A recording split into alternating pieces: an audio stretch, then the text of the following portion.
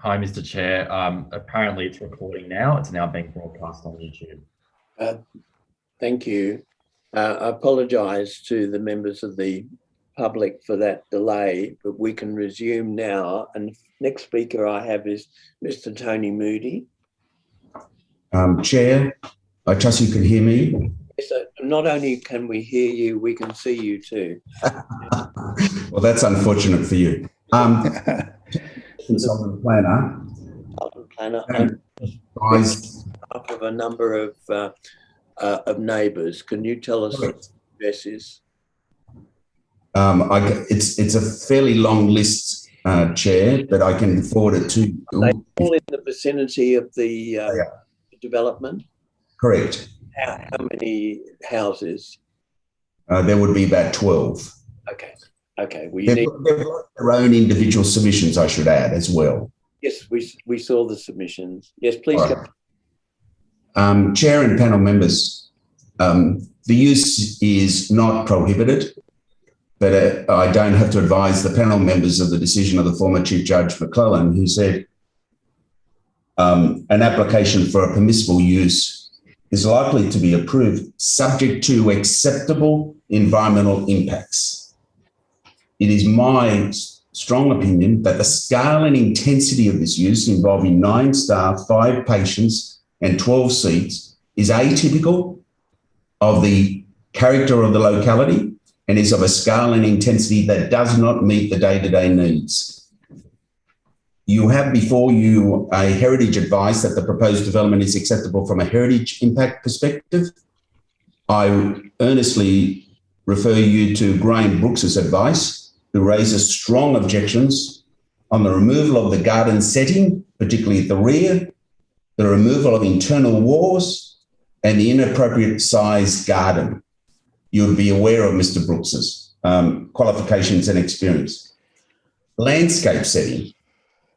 Panel members, this is a heritage item in a heritage conservation area, as you're aware.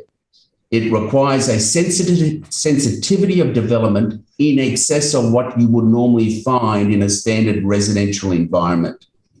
In this case, rather than maintaining and enhancing tree canopy as provided in the DCP, this development has a landscaped area of 6% compared to the council requirement of 15%. Furthermore, the development reduces the existing 22% of landscaped area down to 6%. You would, with respect, I could not contemplate a development of a standard residential dwelling which would have a landscaped area of 6%, let alone a developmental use in a residential environment. I should add that the landscaping in the rear yard is only of 500 millimetres to 600 millimetres width. I received advice from Catriona Mackenzie that that is not possible for tree canopy to be established. Why such an insensitive landscape setting on such a sensitive site, characterised by heritage item status in a heritage conservation area? On the issue of parking provision, the residents take issue with the car parking surveys. I don't wish to discuss that. I discuss the shortfall in car parking on site. Council's DCP does correctly note maximum levels, but this development of a scale as proposed will clearly result in on-street parking spaces being taken up with this use. There's no question. I estimate 10 spaces. Let's say less. You have got a situation where the DCP promulgates the objective of retaining street spaces, but why should one use take away so many on-street parking spaces? Contrary to Council's DCP. You also have the situation that, and I totally agree with previous speakers, this is a use of a scale and nature and intensity that should be located in the Bondi Junction Town Centre. It is a site the council promulgates encouraging commercial uses in the town centre. Medical centres are obviously a positive use, but the scale and intensity must be appropriate. And in my respectful opinion, this is a scale and an intensity far in excess of what is contemplated on a site which contains a heritage item and is within a heritage conservation area. I earnestly request that the panel refuse the application. Thank you very much. Thank you, Mr. Moody. Any questions from the members of the panel for Mr. Moody? No, Mr. Chair. Thank you, Mr. Moody. Thank you. The next speaker is Mr. Daniel Barber. Is he present? Yes, I am. Thank you, Speaker. For the record, you are a consultant on behalf of the applicant. That's correct. I'm the applicant and town planning consultant. I also have Michael Lee here, which is the owner of the land and business operator. Right. Please go ahead. Thank you. Evening panel. First, I'd just like to address that last year we lodged a preliminary DA for the site. We had a meeting with council and council indicated they were fully supportive of our proposal, subject to a number of minor amendments, which have been incorporated within the DA at present. We're fully compliant with the Waverley LEP and Waverley DCP, all provisions. I wouldn't say, hearing the number of objectives, I wouldn't say it's a large scale and intense dermatologist. It's only 4 consulting rooms, which are used on a part-time basis. We're fully, we're at 1/3 under the contemplated maximum floor area for the site. We're not proposing any increase in floor area on the property. We're restoring the existing heritage item that includes a number of intrusive elements and which is quite dilapidated. In our view, we're actually improving the parking situation. So we had proposed originally 2 parking spaces in accordance with the DCP. We saw the concern from the residents about the parking. So we decided to increase parking to 3 spots, more than the maximum. And we provided a sale parking spot. We add a new parking spot on the street by removing a redundant vehicular crossover. We can operate between the hours of 7 a.m. to 10 p.m. in a residential zone. We're only operating 8 a.m. to 5:30 p.m. and we're not operating the weekend with the exception of one Saturday once a month. The DCP allows us to operate 7 days a week. We have reduced the hours of operation to make sure it closes at 5:30 and also on the weekends predominantly, because that's the greatest demand for parking is actually between those hours. Currently, there's 2 parking permits available for the current residents. So between those hours, we'll be improving the parking situation by removing those parking permits and providing no business use after those hours. So as you can see, we've gone above and beyond what council's requirements are in relation to the hours, parking, design. And in terms of the consistency with the objectives, this is a small scale dermatologist practice with only 4 consulting rooms. The reason Michael has chosen this location is he sees there's a real shortage for local use within this catchment, which is why he hasn't decided to go within a traditional commercial centre. It's permissible use within the land use zone, and there's a clear demand for that use. And just to note, on the basis of the advice from the pre-DA, Michael has purchased the site and is pretty excited about the opportunity to run his business. I have Michael here to just quickly discuss the business operations for the panel and to fill in any questions. For the record, you're Michael Lee.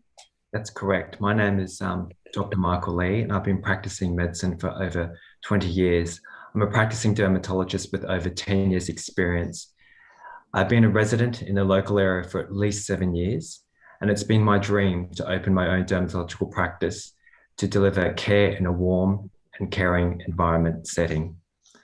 I have an established relationship with local GPs in the area and understand there is a need for dermatological services. Rather than patients having to wait in an untimely manner, patients can be seen in a quick fashion. As I mentioned, I'm the owner of the small business, and it is my vision to provide personal care to the local community. I chose 2 Beryl Street, Bondi Junction as the future home of my practice, as it's a beautiful building that will welcome patients who receive care in a warm, caring environment. Not all patients are seen on an annual basis, and some patients require intensive care, which will require multiple visits to their specialists.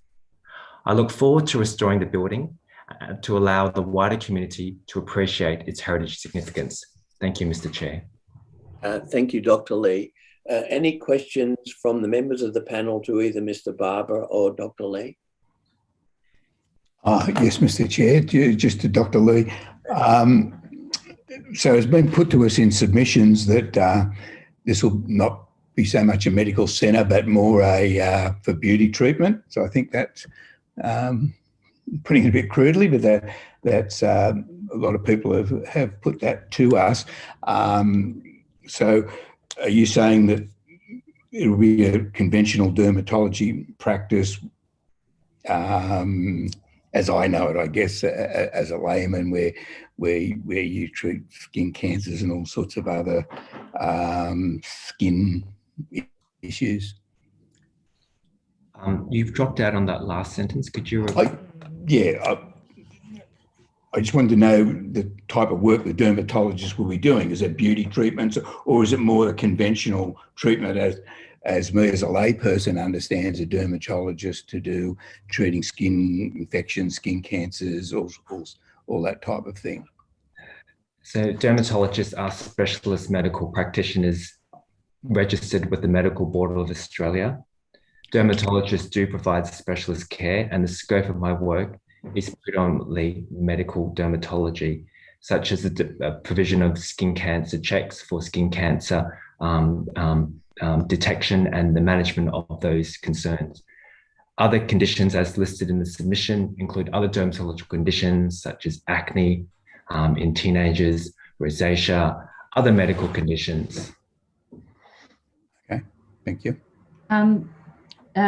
Dr. Barber, Sandra Robinson, just further to what Peter asked, there are a number of consulting rooms. Are you the only dermatologist that would work from the premises? So I am the owner of the practice. Initially, it will be me. I will have locum dermatologists participate in the practice. However, not all dermatologists who will be in the practice will be on a full-time basis. Some doctors will present on a part-time basis. So in answer to your question, yes, there are 4 rooms, but not all 4 rooms may be occupied at any one instance. I guess to ask sort of the question straight, will there be will there be facials, microdermabrasion, things like that being carried out by non-qualified practitioners, so beauty therapists? So the treatments will be provided by dermatologists who are medical specialists and dermatological nurses. Mm-hmm. Okay, thank you. Any further questions for either Mr. Barber or Dr. Lee? No, Mr. Chair. Thank you. Thank you very much to both of you for your submissions. So at the conclusion of the public meeting later today, we will adjourn and consider this application and notify our decision on the council website. Thank you very much. Thank you for your time. Mr. Chair. Thank you. We'll move to the next item on the agenda, which is 3 Grove Street. There is 2 speakers, I think, is Mr. Corbett, Paul Corbett, and Claire Faulkner, the applicant. So is Mr. Corbett present? Yes, I am. Thank you, Mr. Chair. Hello, you're the planning consultant on behalf of the applicant. No, I'm actually the traffic consultant. Traffic, I beg your pardon. Okay, traffic consultant. Yes, please go ahead with your submission. May I just ask Claire Faulkner, who is the planning consultant on the project. She was actually going to kick things off, if you don't mind. Okay, Ms. Faulkner, please. Thank you. Good afternoon, Chair and panel members. My name is Claire Faulkner. I'm not the planning consultant. I'm the senior building designer at ES Design. We are the applicant, and I'm here to speak in support of the application at 3 Grove Street in Bondi. It is apparent from Council's assessment of the application that there are 2 areas of contention with the application. The first is in relation to traffic and parking, and Paul will be speaking in relation to that. The other area mentioned in Council's assessment is in relation to the design changes required to the facade of the building. I would like to speak and address any questions the panel has in that regard. The building in question is a semi-detached brick building. It's attached on the western side to number 1 Grove Street. The two dwellings currently present as a pair to the street. During the reworking of the design of the facade for the Division 82A application, special care was given to ensure the facade maintained the appearance of a pair, but of sisters, not twins. It should be noted by the panel that the locality is not a heritage conservation area that the application was made. We acknowledge that the initial DA application had attempted to minimize the modifications to the building to accommodate the parking space. Since receiving Council's comments as part of the DA refusal, the design was reworked to address those concerns in a way believed to be in keeping with the design and symmetry of the buildings. The design underwent a peer review by senior members of our team prior to the 82A submission to Council. We believe the current proposal before the panel today presents with a good built form, maintains the desired symmetry with the neighbour, and does not detract from the streetscape, as such is worthy of your support. I'm happy to answer any questions you may have in relation to what I've mentioned. Thank you. Any questions to Ms. Faulkner? Thank you very much. So now Mr. Corbett, please. Yes, good afternoon, Mr. Chair and panel members. I'm speaking on behalf of the applicant this afternoon in regards to the traffic kind of parking matters in relation to the DA. Going through the agenda and basically reviewing Council's comments and reasons for refusal of this application, I suppose there may be the key points that I would like to go through. From my understanding, in regards to the vehicle access and on-site parking space, it basically comes down to 3 issues, in my opinion, is the width of the vehicle crossing, the actual parking space dimensions, the prevalence of other driveways along Grove Street, and basically the loss of any on-street car parking as a result of the new vehicle access. I'd just firstly like to point out in regards to the vehicle crossing width, the control under the DCP specifies that driveways are required to have a maximum width of 3 metres.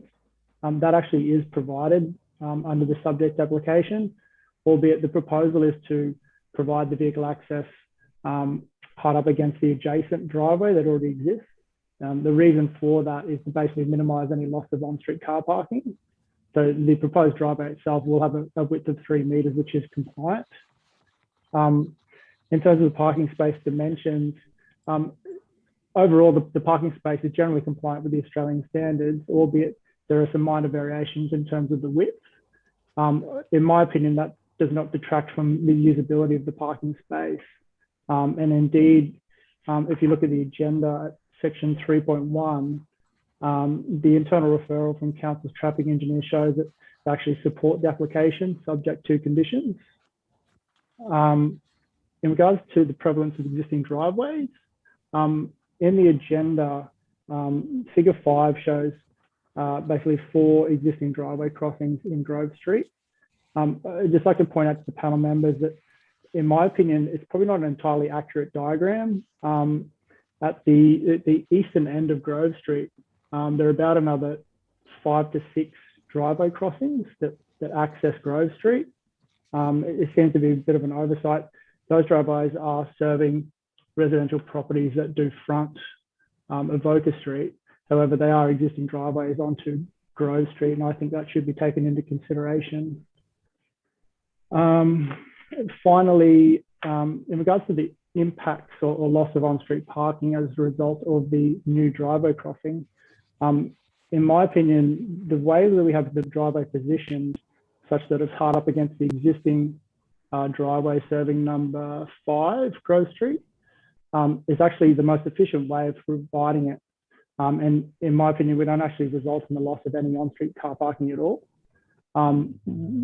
Basically, when you measure the length of Grove Street from the western edge of the existing driveway serving number 5 Grove Street to the intersection of Grove Street and Watson Street, it shows that you can fit about 6.5 parking spaces when you measure it out as per the Australian standard. And now once we actually provide the new vehicle crossing in the location proposed, you end up with 6 parking spaces still. So there's actually no loss of on-street car parking. And what we're actually going to do is, by providing the on-site parking space, we're going to lessen the demand on-street parking that currently occurs, because the owner of the property at 3 Grove Street will now be able to park their car on site, freeing up one parking space for other residents in the area. That's all I really had to say in regards to the application, and I would welcome any questions. Any questions of Mr. Corbett? Thanks, Mr. Chair.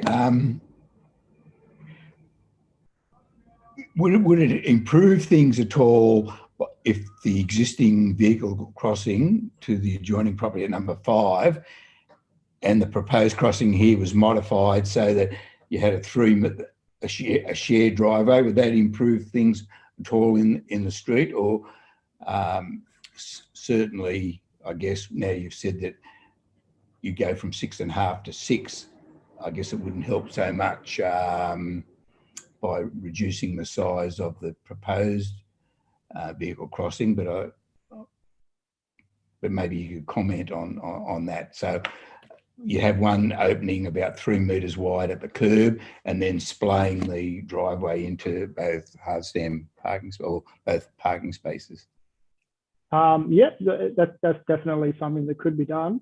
My understanding is that council officers generally seek to provide kind of independent driveways for residential lots. But, you know, we'd definitely be more than willing to consider that, take that on board, and see if there's a way of kind of reducing that width even further. Okay, thank you. And apologies, Mr. Chair, could I ask Ms. Faulkner a question? Thank you. Yep. Just looking at the plans, where you've cut back, you've cut back the existing porch support to allow the car below. So, and you've relocated the post. So that area, is that a cantilevered section with a post just hanging there? Yes, so what we had proposed to do was to relocate the post to the opposite side below the gable to maintain sort of the symmetricality around the gable, and then just in order so that it didn't look like, you know, just one post kind of by itself, we did have one of the posts on the other end like cut short, similar to what number 1 Grove Street actually has on their fretwork. They have a shorter sort of post underneath the gable, but it's on the inside rather than on the outside where we would have it. So okay. Yeah, essentially it is cantilevered, but looking to maintain sort of symmetricality around the gable area. Okay, but you'd have this suspended half post. A suspended half post, yes, so the car could go under. Okay, right. Thank you very much. Thank you. Thank you. So at the conclusion of the public meeting, we will consider this application and notify our decision as soon as may be possible. So we come now to 1 Knots Avenue, Bondi Beach, the icebergs, and Ms. Robinson will absent herself, and we'll call her back as soon as we finish with this matter. In terms of speakers, I'm not sure who is from Gillies Delaney, whether it's Linda Holland or Minai Jalia. Who is That is Linda Holland from Gillis Delaney Lawyers, and I must take leave of the chair to appear on behalf of the Ennis Corporation today. Well, why should I grant you leave? Because the Ennis Corporation has engaged us to provide the objections, the submission on their behalf, and you've received that. And I'm probably best placed to be able to speak to those submissions rather than one of the individual owners. All right, I grant you leave. Thank you, Chair. I'd like to thank the Chair and the members of the panel and the council staff for allowing me to speak today. as I said, you've already got our submission, so I don't need to go into a great detail, but I've been instructed that the Owners Corporation, which is at 16 Knots Avenue, which is directly across the road from the Icebergs venue, has already been greatly impacted by the operation of that venue to date, and it strongly opposes the development application on the basis that it is going to exacerbate the negative impact they already experience.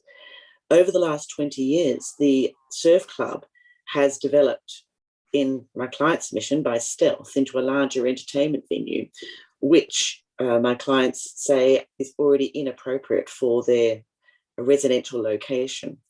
The proposed further development will exacerbate those current problems and continue to negatively impact on the neighbouring residents. To date, the proprietors of the venue have failed to comply with various conditions of their previous development consents.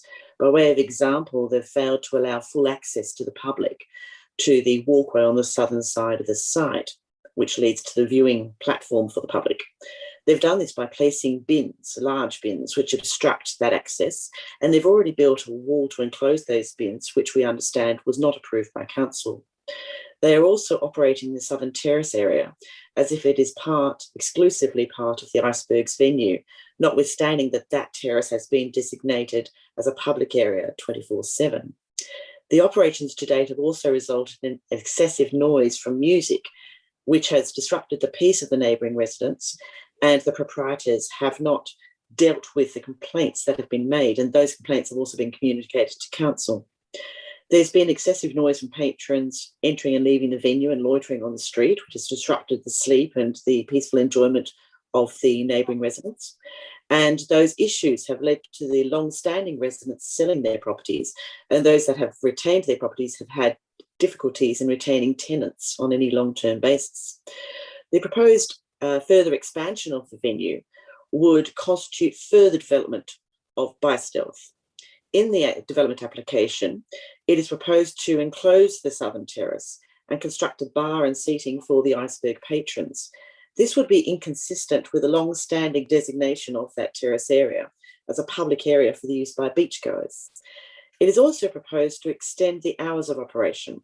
This is strongly opposed, since it would lead to an increase in the already disruptive impact on the neighbours. The addition of a further entry-exit point from that terrace will also lead to increased disruption in the area, traffic and pedestrian movements, and also lead to increased loitering and noise. An additional door reduces the ability of the proprietors to control their patrons when entering and leaving the premises, and this is likely to be an issue when you consider that they wish to use that terrace as a bar area. There'll be alcohol consumed. The addition of another door in that area is, in my client's submission, simply not necessary. The patrons of the venue should be required to use the current entry and exit points where there's better control over their movements, and from there they can be guided to the various seating areas of the venue, including, if the council is minded to approve some or all of this development application, to the terrace area, which is proposed to be used as a bar. That's really all I have to say. The submission that we've put in on behalf of the Owners Corporation should speak for itself. Does anyone have any questions for me? Thank you. Any questions? No, Mr. Chair. Well, thank you very much for the submission. Thank you for the opportunity to speak today. The next speaker is Ms. Maureen Nunez from 14 Knots Avenue. Hello, can you hear me? Yes. Hi, just wanted to say thank you for giving me this opportunity to speak today. I am a resident of Knots Avenue, of 14 Knots Avenue. I live there with my 3 children and my husband. I have owned the property for just under a decade. So I can speak to all those issues raised by Linda Holland, and I concur with all her objections because they are true. A reality of living in that area is getting increasingly untenable with the adverse impact of all the operations of the dining room and the applicant. And I can only imagine that if you were to allow the operations to increase to 10 p.m. every single night of the year, as the applicant seeks to do, would only exacerbate all those issues which are becoming increasingly nefarious.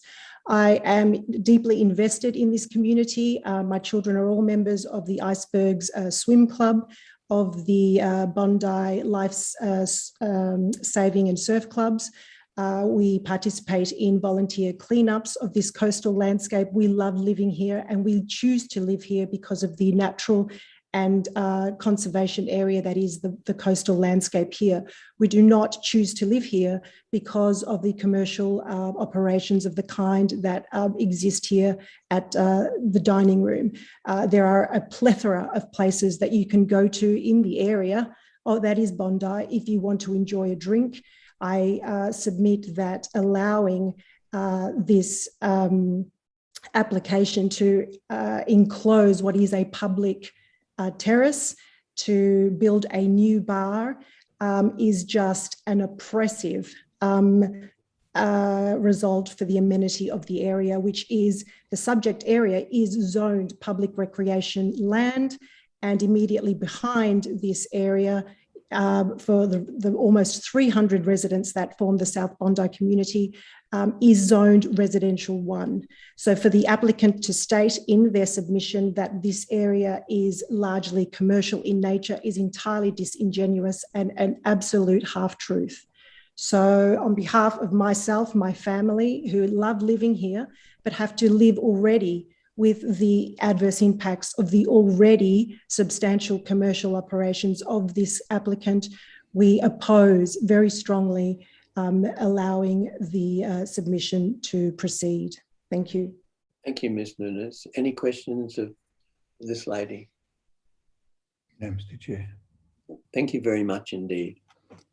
The next speaker is Dr. Gary Shields and Morris Terzini. Mr. Shields, Dr. Shields there, please. Yes, I'm here. Hello there. And you have Mr. Terzini with you, do you? Yes, good afternoon. Yes, he's here as well. Yes. Yes, so you're the town planner representing the applicant. Please go ahead. Thank you, sir.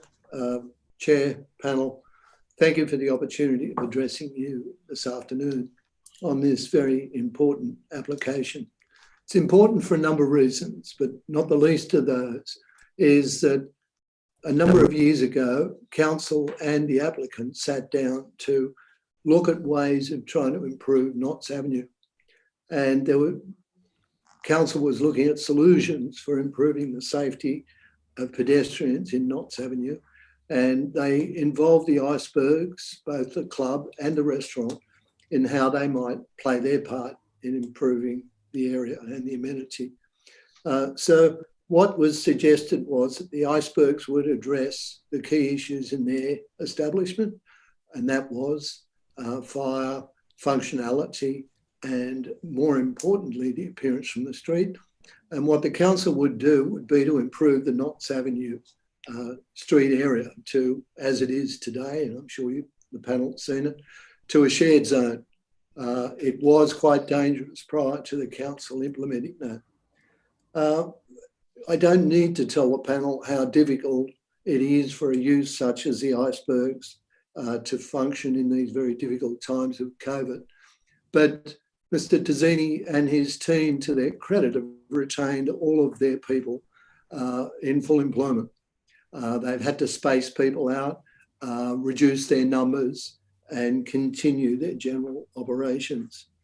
But the licensing police have required them to upgrade their kitchen, improve their fire facilities, and importantly, they've had to improve accessibility. They've done that quite effectively within this application. In conjunction with council, the proposal seeks to improve the appearance of the building as it addresses Knott's Avenue. And if this application is approved, and we hope it is, and we indeed commend the recommendation to the panel, it will do just that. It will enhance and build on the further good work that's been done by the council.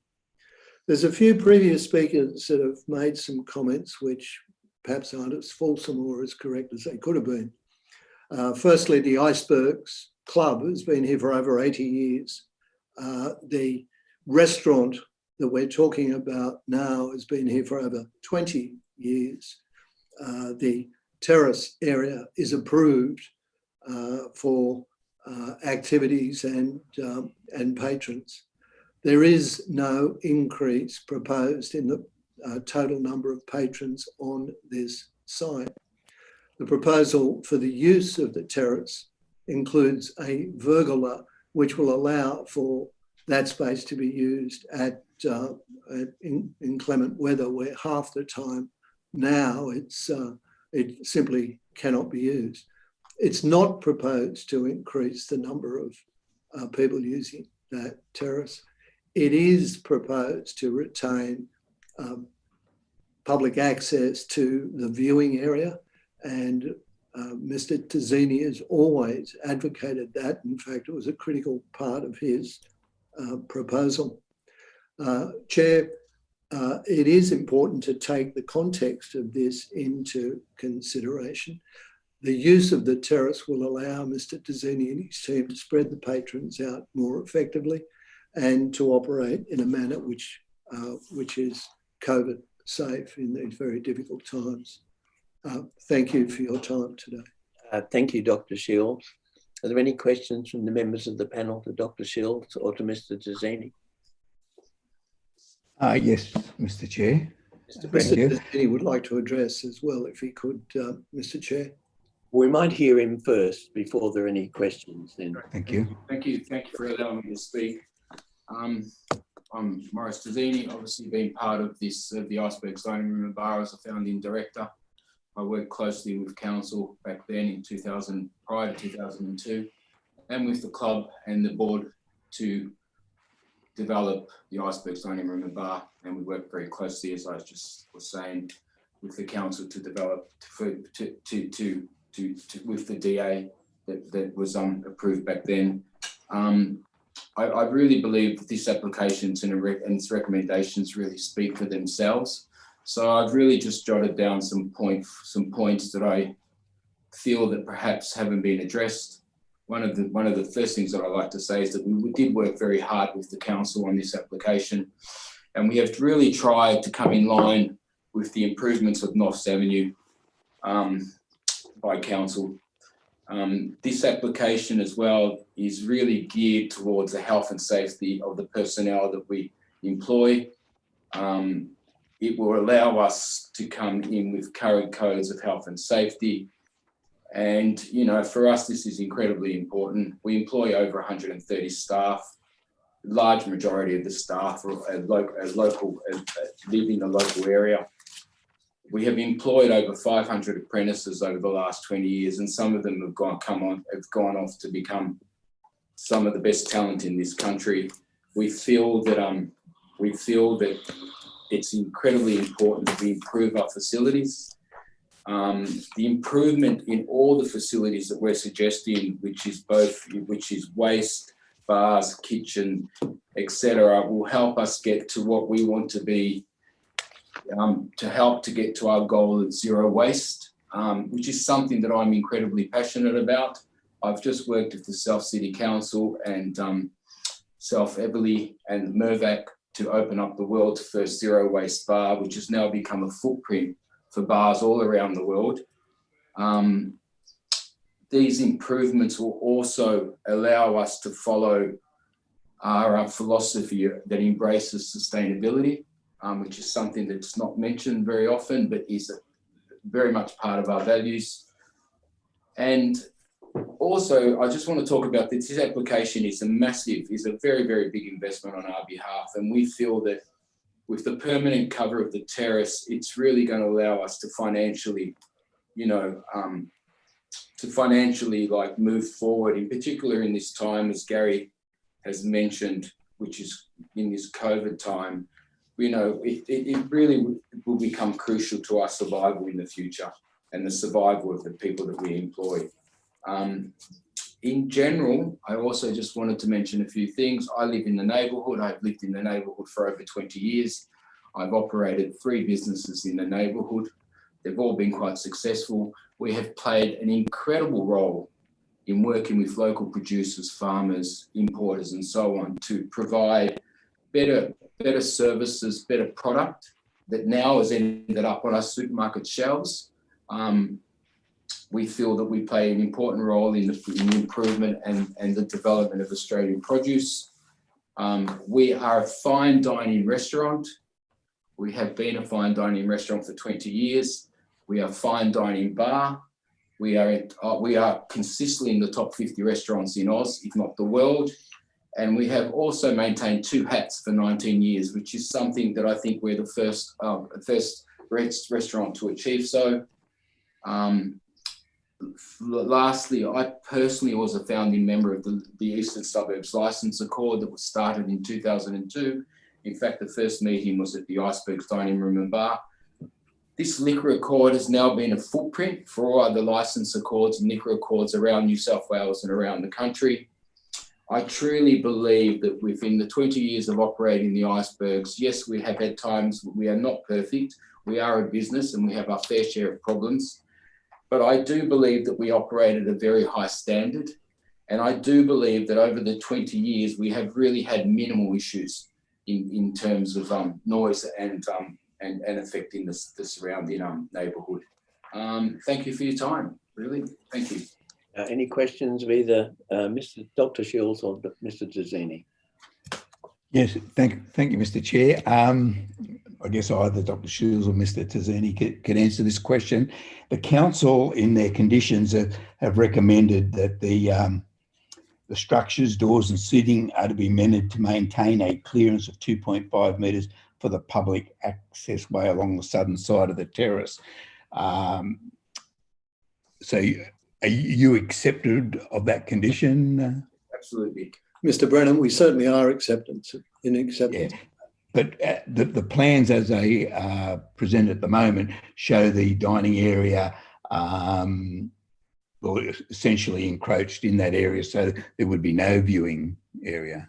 There'd be a minor adjustment to the drawings to facilitate that condition. But we've talked that through with council officers. And it's always been intended to have that viewing area, yes. So we would adjust the drawings accordingly. Okay. And the other question, and Knott's Avenues, with the works done there, has certainly improved the appearance of the street. From my recent site inspection of the premises, there still seems to be a massive problem with the storage of waste and kegs and old furniture and bits and pieces. And I'd like to know what progress, if any, is being made to tackle that problem, because you've got this beautiful location, a great street upgrade, and you've got this mess out the front. Well, it's something that this is one of the reasons we're addressing. This is one of the reasons we've actually also applied for this application, is that it is something that does affect us on a daily basis. The building was built, the premises were provided to us. I don't think that waste management was really considered back then. And I think it's an issue that we've all been dealing with over the last 20 years. And it's something that is, paramount in our operations, And moving forward, we are hoping that we're hoping that this application and the consent to this application will be able to address most of those issues. Mr. Brennan, could I just have a quick comment? There's a couple of players in this game which you'd be aware of, given your background. There's the Icebergs Club, which is a total different entity to the Icebergs restaurant. Can I respectfully suggest that most of the kegs come from the Icebergs Club rather than from the restaurant per se? Having said that, there is a collegiate relationship between both the Icebergs and the restaurant and the council to solve those issues, and we think we're moving towards that at a great rate of knots, and we think this application will help that to a very large extent. And the area on your plan, there's a store, and then down the sides there's furniture storage cupboards and things like that. You see those areas as part of this solution, is that? That's largely part of the solution, yes. Okay. The Icebergs Club has to resolve some of their own issues, and I understand they're looking at that. But Yes. this will certainly resolve our issues from the restaurant point of view. And the 2 parking spaces, they belong to the club as distinct from the I restaurant. do, yes, sir. Okay. Yes. Yeah. Thank you, Dr. Shields. Thank you, Mr. Chair. You mentioned the acceptance of the proposed condition in the report about the 2.5 metre space for the public viewing. Are you also accepting of the condition about a 2-year trial period for the extended hours? We prefer a longer period, but we reluctantly accept that, yes. Certainly prefer that to a 1-year trial period. Any further questions? Thank you, Chair. It really follows on from what Mr. Brennan's been asking. Would you be accepting of a community liaison committee so that there can be a formal forum meeting, say 4 times a year for residents to bring any issues? I realise we've got the Icebergs Club, which is a separate entity to the restaurant, but we're happy to engage. Mrs. Burrell, that's something we'd certainly take on board, whether it's needed 4 times a year, but the idea of liaising with the residents has always been embraced by Mr. Tazzini and his team. So, yes. And I think also too, there's the opportunity for residents to formally lodge any issues that they have, which are duly considered by the club. Yep. Any further questions? Ms. Nunes has a hand up. I'm sorry, I can't take any questions from you. The protocol of conducting these meetings is that one gets one say and then one doesn't get a second go. So I'm sorry. Any further questions of Dr. Shields or Mr. Tazzini? Yeah, thanks. Just a quick one, Mr. Chair. The garbage room shown on your plans adjacent to the kitchen, is that exclusively for the Icebergs restaurant? And that's shared at the moment. That is shared. Shared for the building. So that's one of the issues that we're addressing, that we're trying to address as well. So we're hoping that as we move yeah, we don't feel that there'll be a massive there'll be increase in waste because not changing the covers really. Okay. Yeah. Thank you. Thank you. Thank you to both speakers, to all of the speakers in this matter. At the conclusion of the public meeting, we will consider this matter and notify our decision accordingly. Thank you.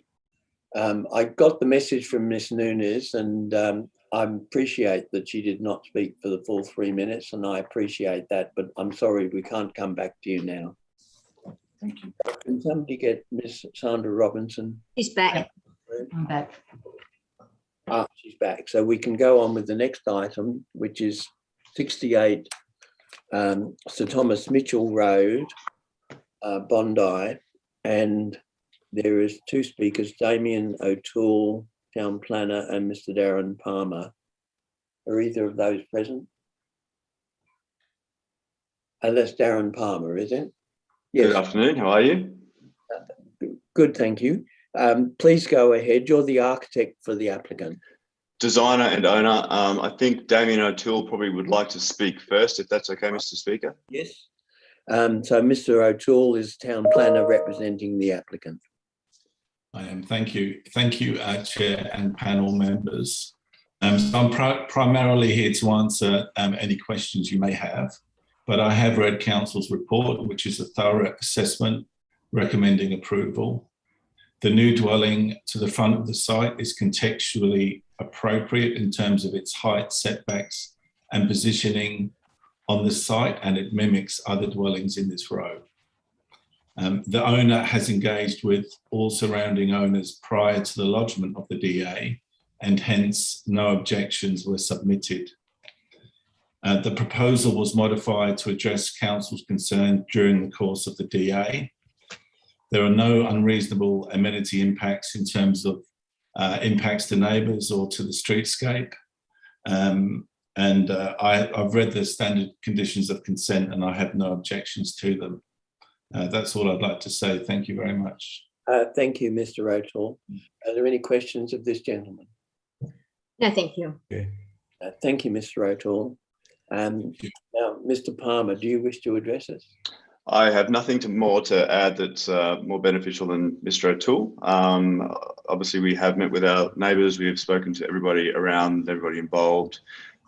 As you've noted, there are no objections. So yeah, I'm just here for questions.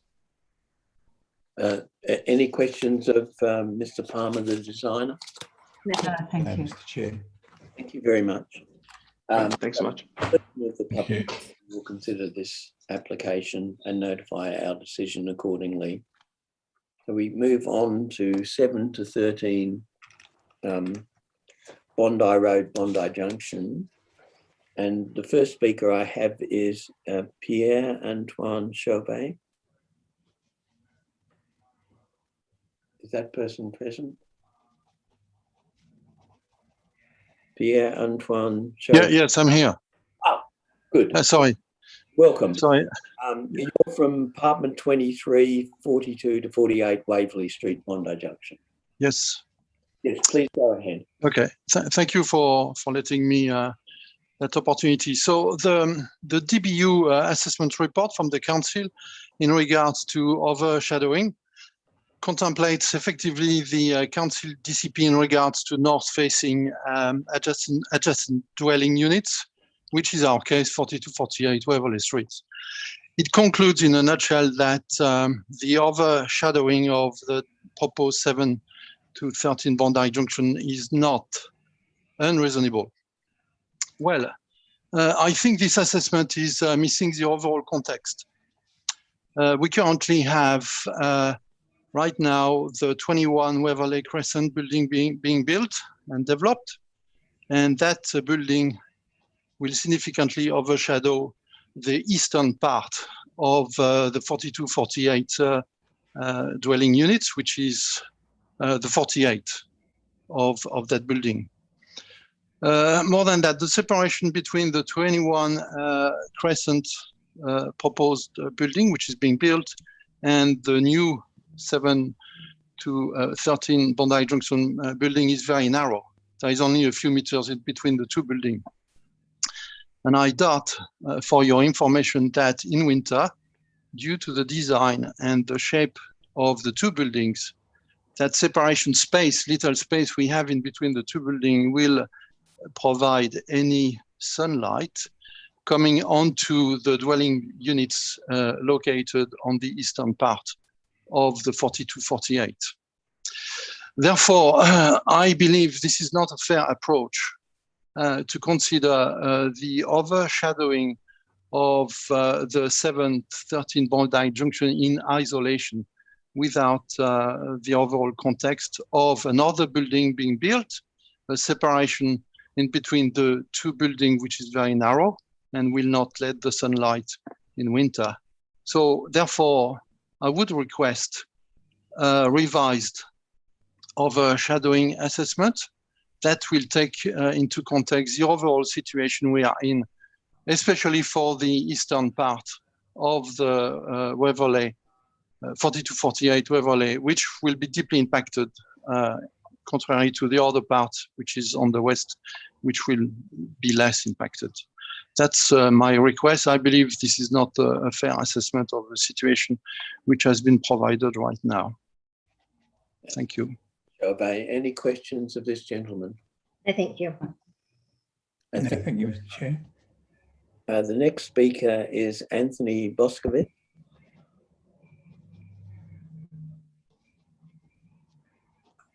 Hello, Mr. Boscovich. So you're representing Mr. Zev Wolf? Yes, correct.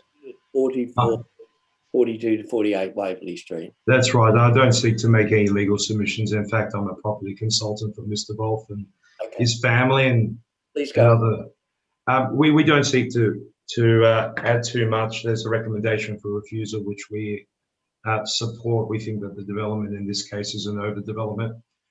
We do see that there is a path to an approval, Mr. Chair, but unfortunately that hasn't been undertaken in this development. There are insignificant setbacks or non-compliant setbacks with both the DCP and the ADG. But of most significant concern is view loss to our client. Our client is the upper level of the apartment building adjacent to the property. And we don't think that the report or the information provided by the council officer's report or the information provided by the applicant does justice to the significant and severe impact on the views that our client has. We can see that there are some elements of the views that are maintained, but there's going to be a very large and significant unarticulated and proximate built form sitting right in between views that go out towards Double Bay and views that go out towards the more southern suburbs and the ocean. And this is going to be a blight on that view and also a blight on our client's enjoyment of that view. We do note the recommendation or the reasons for refusal don't include view loss impacts, and we would think it imperative and implore upon the committee to add reasons for refusal on the basis of view loss, not just to our clients' units, but to others. In terms of pathways to approval, the committee will understand there is a high non-compliance and there are breaches with the floor space ratio controls. Those breaches arise in and of the whole site, take into consideration the amalgamation and the reduction in floor space over a certain portion of the site. We would say that the removal of the upper level or a significant articulation in the bulk of the upper level might be able to resolve some of our issues. This of course couldn't be explored here today, but we consider that as part of a review or a resubmission of this application, that the applicant should seriously consider that removal of the upper story. Thank you, Mr. Boscovich. Are there any questions of Mr. Boscovich? Just one, Mr. Chair. Mr. Boscovich, does your client understand that there's already a consent on the land? Yes, our client does understand there's already consent on that land, but the consent doesn't impact upon our client's amenity in respect of the view to the extent to which this one does. Okay, thank you. Thank you. Well, thank you, Mr. Boscovich. So at the conclusion of the public meeting, we will consider this application and notify our decision. Next up is 52 Albion Street, Waverley. There are no speakers, so we can pass over that application. Will be determined later. So we move on to 154 Ramsgate Avenue, Bondi Beach. And the first speaker I have is Andrew Coronao. Mr. Coronao, can you hear me? You're muted. Unmute. Mr. Coronao, unmute. Sorry, now unmuted. Thank you. That's better. And you're from 146 Brighton Boulevard, North Bondi. Yes, correct. Please go ahead. The first thing that I wish to draw, quite unexpectedly, is the setback controls in my letter of objection has a degree of, what shall I call it, confusion, because I've described the adjoining property at 156 at the bottom of that paragraph in my letter of submission as 154 Ramsgate Avenue, which of course it can be interpreted as meaning from that property there is overshadowing, but of course it would be clearer if it was read in, and will also lessen overshadowing of number 156 Ramsgate Avenue. And the only other comment I have in passing is that our block is an investment block for medium level, shall I call it, not expensive accommodation, and concern is expressed that large parts of that part of Bondi at Ben Buckler is being overdeveloped for the purpose of extremely expensive investment blocks or units for sale. It's hardly within the council's policy of affordable housing. That's all I have to say. And of course, I support the council's recommendation for refusal. And I'm happy to answer any questions anyone wishes to ask me. Thank you, Mr. Coroneo. Are there any questions for Mr. Coroneo? No, thank you. No, Mr. Chair. Thank you very much. Thank you very much, Mr. Chair. Thank you. And the next speaker is Andrew Partvee. Is he present? Hi, thank you, Chair. You're the town planner representing the applicant from Urbis. Yes, that's correct. Please go ahead. Look, thanks for the opportunity to present today. Look, we're obviously pretty disappointed with the recommendation. We feel that we've genuinely sought to try and engage positively with council, try and respond to previous issues and provide a really high quality contextual built form outcome. One of the things I just wanted to send to the panel this morning that wasn't in the pack was one of the renders, which I understand that the Secretariat has provided to you. So I guess we requested a pre-DA about 12 months ago, and before we did so, council requested that before we do that, that we take the design to their design advisory panel. The panel were actually unanimously supportive of the proposal, particularly the built form, the massing and the scale of the development. Importantly, there was some items raised by them in relation to internal amenity that we've sought to try and address through the application. We had a subsequent meeting with officers who highlighted some further items that we needed to address, and we took some good time, probably another 9 months, to try and go back and forth with our architects to try and resolve a number of those issues. The DA was lodged only very recently, and within probably a week of it coming off exhibition, we had a request from council to withdraw the DA or that it would be refused. We promptly kind of provided a few amendments, which in our view tried to respond quite positively to the feedback that council had raised.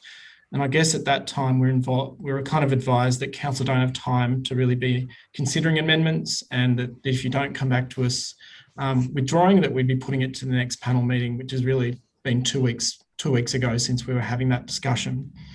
I may go a little bit over 3 minutes because there's quite a bit to say. I'll try to keep it to a minimum. Keep it to 3 minutes because I haven't given an extension to anybody this morning, and I don't see why. Sure. Okay. Look, really quickly, this scheme has evolved. There was a previous court decision on the matter, which you'll be aware of in the report. We feel this has responded in a number of ways to that. In short, the extent of excavation, which is a key issue, has dramatically decreased from a basement that had 10 spaces down to 6. The building height was non-compliant. We've actually brought that down to comply. And importantly, on Brighton Boulevard, where there's a view sensitivity, under that part of the site, our height is much less, a story less than what the controls allow. And that was a very specific move to try and deal with view sharing and minimise impacts. In addition to that, and council acknowledges that the view sharing is reasonable. The number of dwellings is almost halved and the floor space is reduced from 1.2 to 1.03. We acknowledge there is quite a significant FSR variation, but I think this site is quite an anomaly. It's already got a building that is well in excess of those controls. And in our view, the sensitivity with this site is actually more building height, because the higher we go here, the more of a view impact that's having.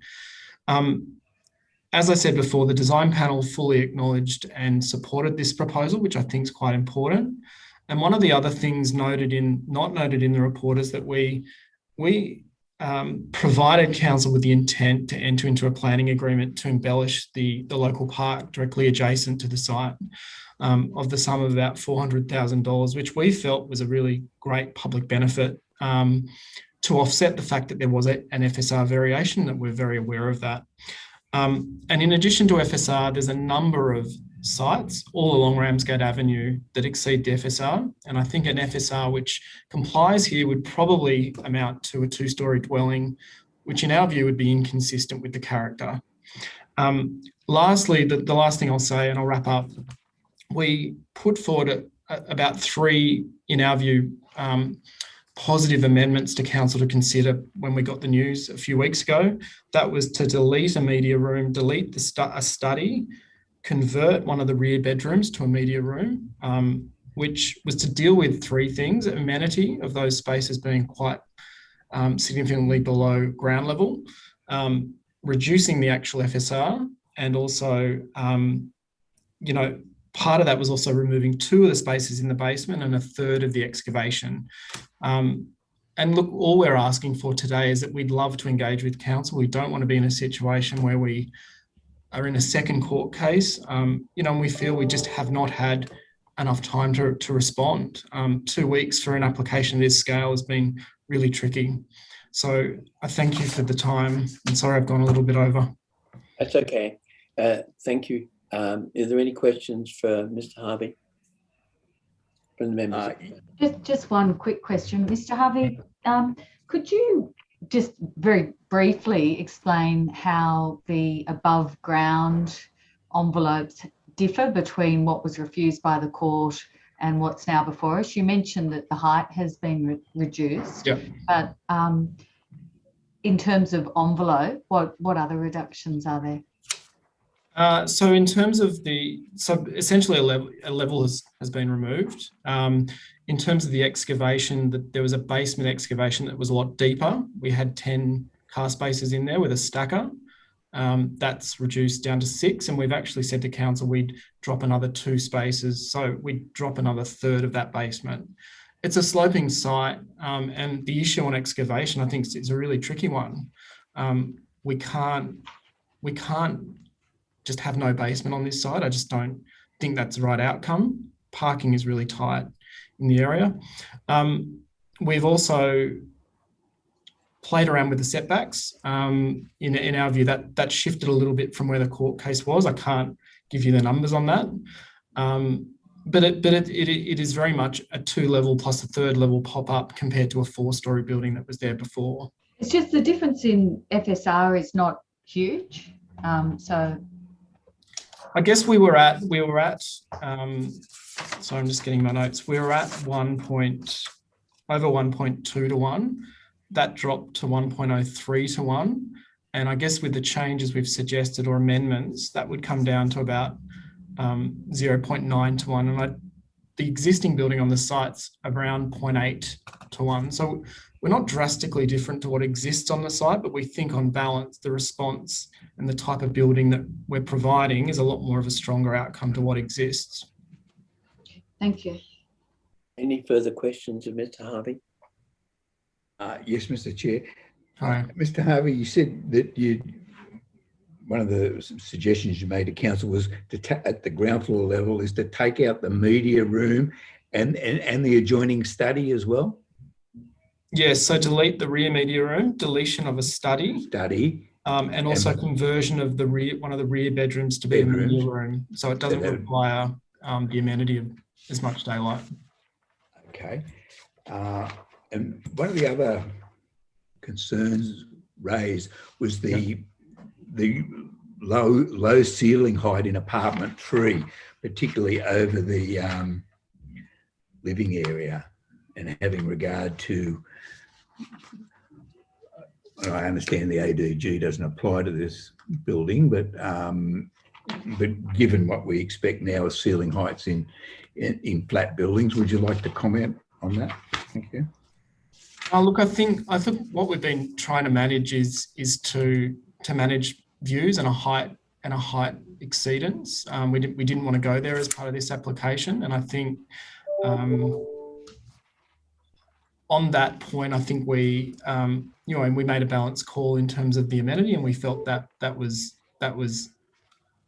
compliant in terms of what relates to the site at the moment. As you said, it's not defined as a residential flat building, but we felt the amenity was still positive, and balancing that with a height control and not wanting to exceed that. We did have previous plans to go slightly higher, but that was noted as a big sensitivity to council, and they don't want us to go lower in terms of basements. So we're really in a hard place in that regard. Okay. Thank you. Thank you, Chair. Just one question. So the amendments that you suggested, that is the removal of the media and study and blah, blah, blah. Yes. Was that translated into a plan, or and the other thing is the 4.6 clause for the FSR variation related to the 1.03 to 1? We were kind of advised by council they didn't want to accept anything. So we put it in writing in an email and provided them an overview of what we're intending to do.